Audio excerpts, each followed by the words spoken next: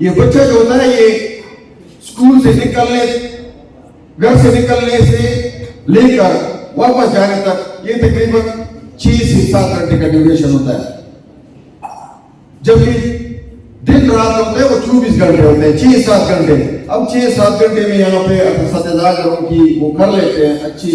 تعلیم ان کو دے دیتے ہیں, ان کا خیال کر لیتے ہیں. لیکن جب گھر پہنچتا ہے اور ان کے والدین ان کا خیال نہیں رکھتے, پوچھتی نہیں کہ میرا بیٹا کیا کر رہا ہے, نہ ان کے خوراک کا سوچتا ہے, نہ ان کے آرام کا سوچتا ہے, نہ ان کے اخلاق کا سوچتا ہے, تو پھر ہم اسی طرح معذرت کے ساتھ ڈاکٹروں کی جگہ کسائی بنائیں گے, انجینئروں کی جگہ یہ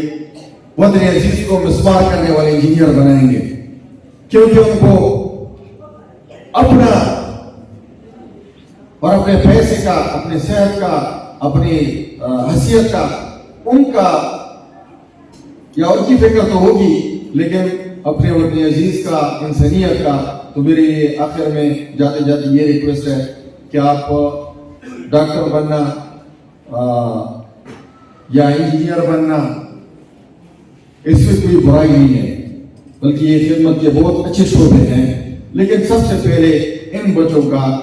انسان ہونا ضروری ہے کہ ان کے درمیان اخلاقیات ہو, ایک دوسرے کی قدر کریں, ایک دوسرے کے کام ہیں. اور آخر میں بچوں سے مخاطب کی 2 الفاظ کہ اس میں صرف والدین تعلیم میں اسکول کا, ادارے کا, ٹیچرز کا کردار نہیں ہوتا ہے, بلکہ ان بچوں کا کردار بھی ہوتا ہے, بلکہ بہت اہم ہوتا ہے. اس عمر میں جب بچے آ جاتے ہیں تو وہ بچے سوچنا شروع کر دیتے ہیں, کسی کا آئیڈیل سیاستدان بن جاتا ہے, کسی کا آئیڈیل کرکٹر بن جاتا ہے, کسی کا آئیڈیل ایکٹر بن جاتا ہے, اور کسی کا کیا. تو بچوں میری آپ سے گزارش ہے کہ یہ دنیا آج کل جس نہج میں چل رہی ہے اس میں اگر آپ کرکٹر بننا چاہتے ہیں, اگر آپ سیاستدان بننا چاہتے ہیں, اگر آپ ڈاکٹر بننا چاہتے ہیں, انجینئر بننا چاہتے ہیں, یا کسی بھی دوسرے شعبے میں کامیاب انسان بننا چاہتے ہیں, تو اس کے لیے ایک ہی شرط ہے کہ آپ تعلیم حاصل کریں گے, اچھی تعلیم, معیاری تعلیم حاصل کریں گے, اس پہ توجہ دیں گے. تو اپنی یہ آپ لوگوں کی جو عمر ہے اس میں سب سے زیادہ توجہ اپنے والدین, اساتذہ کے احترام اور اپنی تعلیم پر توجہ دیں, پڑھائی پر توجہ دیں. یہ باقی چیزیں جو ذہن میں اس عمر میں آ رہی ہیں یہ کہیں نہیں جاتی. تو ان الفاظ کے ساتھ میں آپ سے اجازت چاہوں گا, اور ایک مرتبہ پھر وینرز کو مبارکباد, ادارے کی انتظامیہ کا شکریہ. اللہ حافظ.